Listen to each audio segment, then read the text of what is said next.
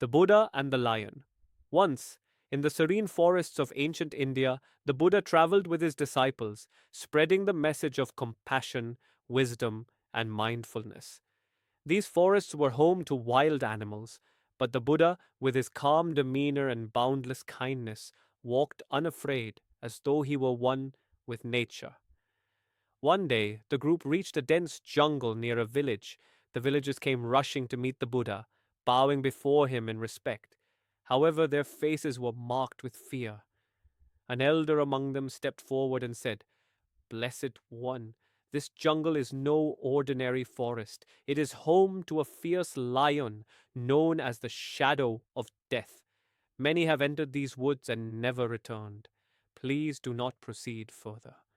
The Buddha, his face calm and serene, replied, "Fear arises from ignorance and attachment.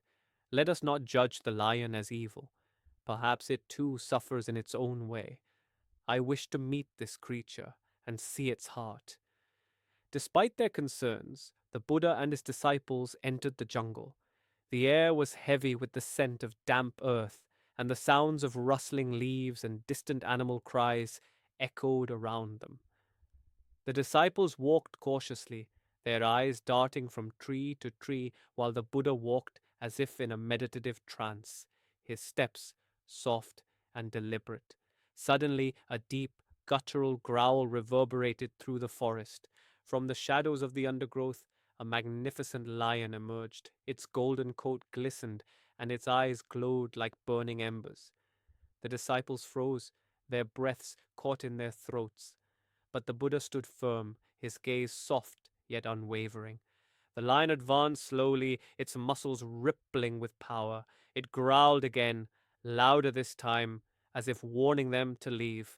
The disciples whispered to the Buddha, "Master, we must flee. This beast will surely attack." But the Buddha raised his hand gently, signaling them to remain still. He took a step forward, meeting the lion's fiery gaze with eyes full of compassion. "My friend," the Buddha said, his voice steady and kind, "why do you roar with such anger? Are you hungry, or does something trouble your heart?" The lion stopped, seemingly puzzled by the Buddha's words. No human had ever spoken to it this way before. It growled once more, but with less ferocity.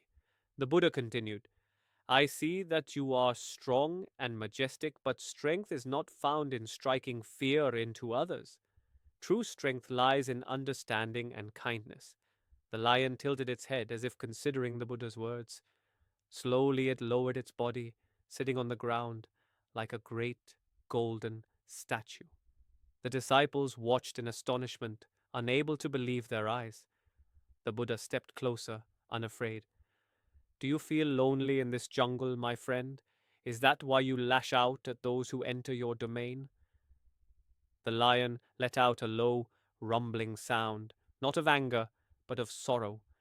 For years it had been alone in the forest, feared and hunted by humans.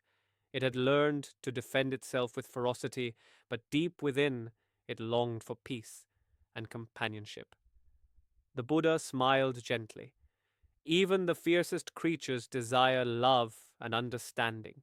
You are no different from the rest of us. Anger and violence are born from suffering. But there is a path to peace, my friend, a path of mindfulness and compassion." The lion lay down completely now, its massive paws stretched before it, and its head bowed slightly.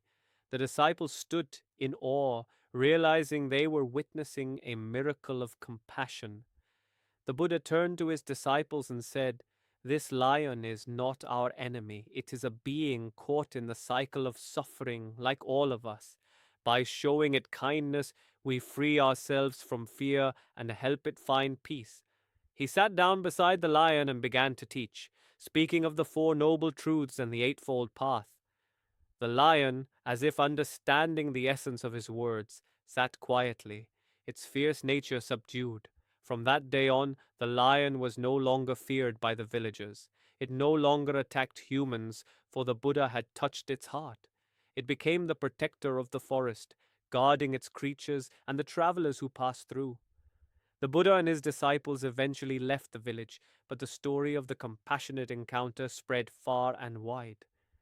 It became a testament to the power of understanding, kindness, and the belief